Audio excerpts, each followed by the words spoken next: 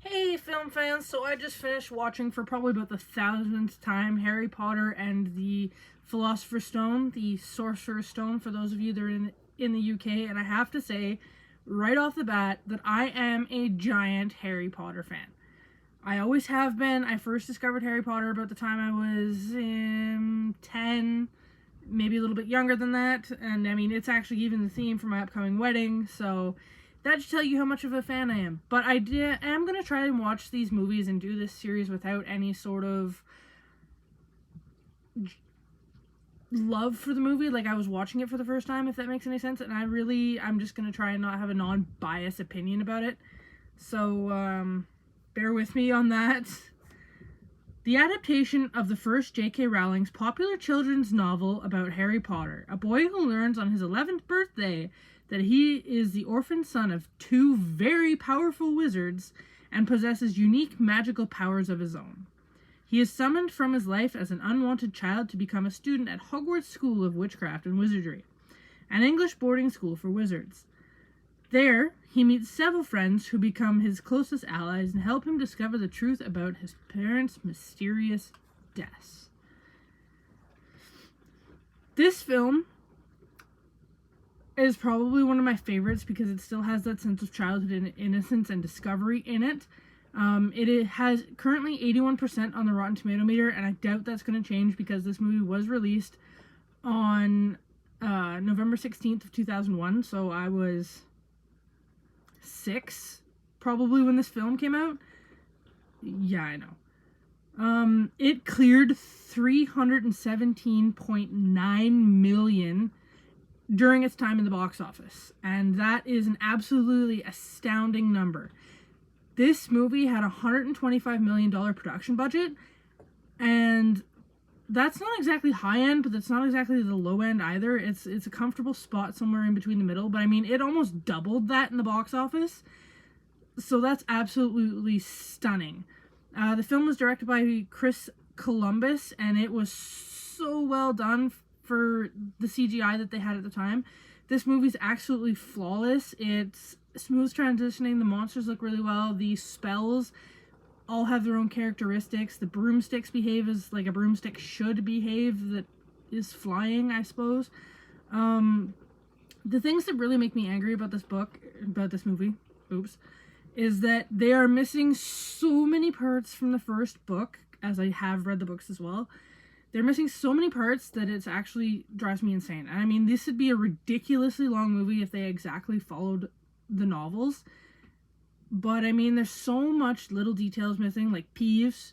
Peeves would have been great to see in the movies. If you have read the novels, you know who I'm talking about.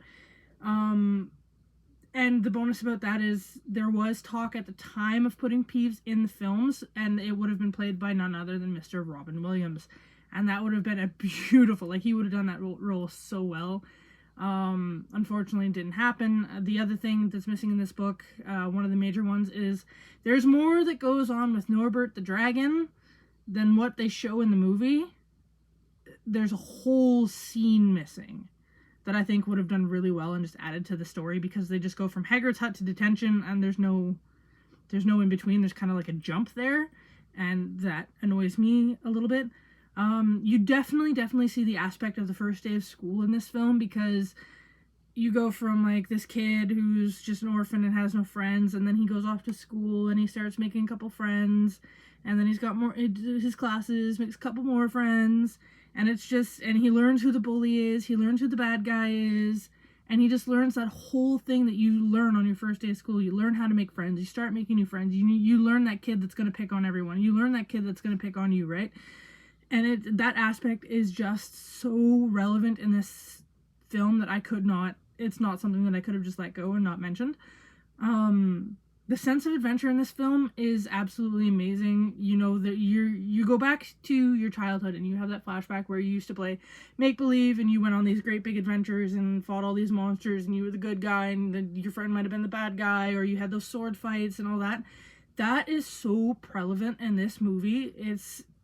It's so well done, and that sense of adventure prolongs and lasts throughout the film. There's no point in time where they try and deny the adventure. Like, it's constantly building up to these three friends going on this great big adventure together on their first year at school.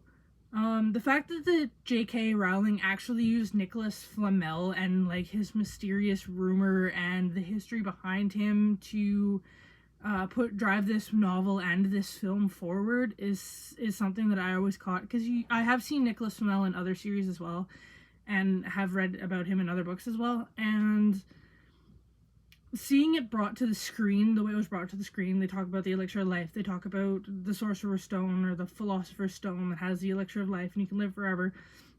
And that's one of the things Nicholas Flamel is really, really well known for. He's known for being an alchemist. He's known for trying to find that elixir that allowed him and his wife Penelope to live forever.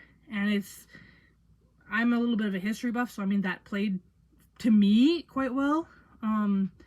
One of my favorite things that I always liked, and I didn't catch it right away when I was a child, and I probably should have, is the Mirror of Erised. The Mirror of Erised is showing Harry his parents, and that's something he really desires to see and to be with and to know them and to be with them.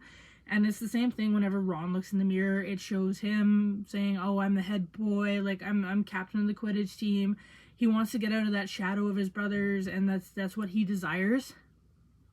So, like, I really should have caught this sooner. The Mirror of Erised is just the Mirror of Desire spelled backwards. Probably should have caught that. This movie could totally pass for a Christmas film, because you do see the snow, you see Harry walking through the snow with Hedwig on his arm, you see Hagrid bringing Christmas trees to the castle, you see them heading off and getting ready for the Christmas, and Harry's first Christmas where he actually has presents because people do care about him.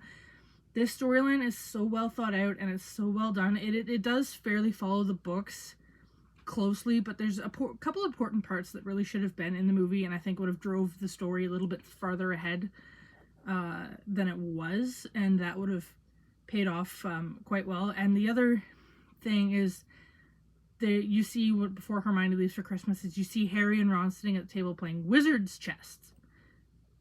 You know, my friend and I used to do this. We used to sit after we seen this movie, or read this book rather, in class. We used to sit and have a chess set on our table in front of us, and we'd sit there and going like knight to e5, or, you know, pretending we were doing the whole wizard chess thing. So this played really, really well to a child's imagination.